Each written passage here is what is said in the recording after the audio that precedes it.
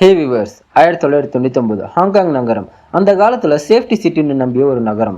ஆனா அந்த நகரத்துல ஒரு ஸ்மால் அபார்ட்மெண்ட்ல நடந்த சம்பவம் மனித கற்பனைக்கு அப்பாற்பட்ட சம்பவம். ஒரு சின்ன டாய்ஸ் பொம்மை, அதுதான் இந்த உலகே ஒரே வச்ச ஒரு கொலை வழக்கின் சாட்சியா மாறப்போகுதுன்னு யாருமே எதிர்பார்க்கல. ஃபன் மன் யி 25 வயசு பொண்ணு தான். தன்னோட சிறு வயசுல ஏழ்மையின் காரணமா தவறான பாலியல் தொழில் செய்துட்டு இருந்தாங்க. 23 வயசுல கல்யாணமாகி 24வது வயசுல ஒரு குழந்தையும் பிறக்குது. தன்னோட குழந்தைக்காகவும் வாழ்க்கையில முன்னேற வேண்டும் என்ற நோக்கத்திற்காக நைட் கிளப் ஹவுஸ்ல வேலைக்கு போறா. வாழ்க்கையில பெருசா பணம்னு எதுவும் இல்ல. ஆனா லைஃப்ல எப்படியாச்சும் போராடி தன்னோட குழந்தைய வளர்த்துறன்னு நினைச்ச ஒரு சாதாரண பெண். ஒரு கட்டத்துல சில நபர்களால் அவளுக்கு பழக்கம் ஏற்படுது.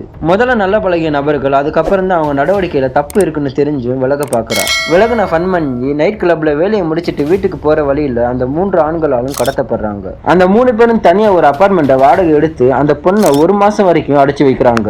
அந்த 1 மாசம் அந்த பொண்ணு அனுபவிக்காத வலியும் இல்ல, வேதனையும் இல்ல. ஒரு காட்டு விலங்குகிட்ட சிக்கினாலும் 30 நிமிஷத்துல நம்மளை கொன்னுரும்.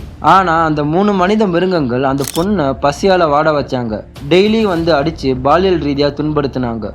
ஒவ்வொரு தடவையும் அடிக்கும்போது உடம்புல இருக்கிற கை கால் உயிரோடு இருக்கும்போதே பிச்சு எடுத்தாங்க. ஒரு கட்டத்துல போதுண்ட சாமின்னு அவங்களோட உயிர் இந்த உலகத்தை விட்டு பிரியுது. அதுக்கப்புறமும் அந்த மனித மிருகங்கள் அந்த பொண்ணோட உடலை துண்டு துண்டாக்கி டாய்ஸ் பொம்மை தலையில இருக்கிற பஞ்சை எடுத்து அந்த பொண்ணோட தலையை உள்ள திணிச்சு வைக்கிறாங்க. இது எல்லாமே அந்த அபார்ட்மெண்ட்ல இருந்து பார்த்துட்டே இருந்த ஒரு 14 வயசு பொண்ணு போலீஸ் கிட்ட தைரியமா சொல்றா.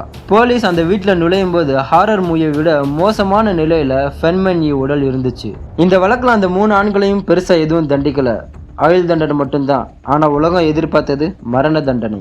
அன்னையில இருந்து இன்னைக்கு வரைக்கும் பெண்களுக்கு பாதுகாப்புன்னு ஒண்ணு இல்லாம தான் இருக்கு. ஒரு சில அண்டை நாடுகள்ல தண்டனை கடுமையாக்கியிருக்காங்க. எனவே வியூவர்ஸ், இந்த மாதிரி அடுத்தடுத்த கிரைம் ஸ்டோரி நீங்க பார்க்கணும்னா நம்ம சேனலை சப்ஸ்கிரைப் பண்ணிக்கோங்க. பாய்.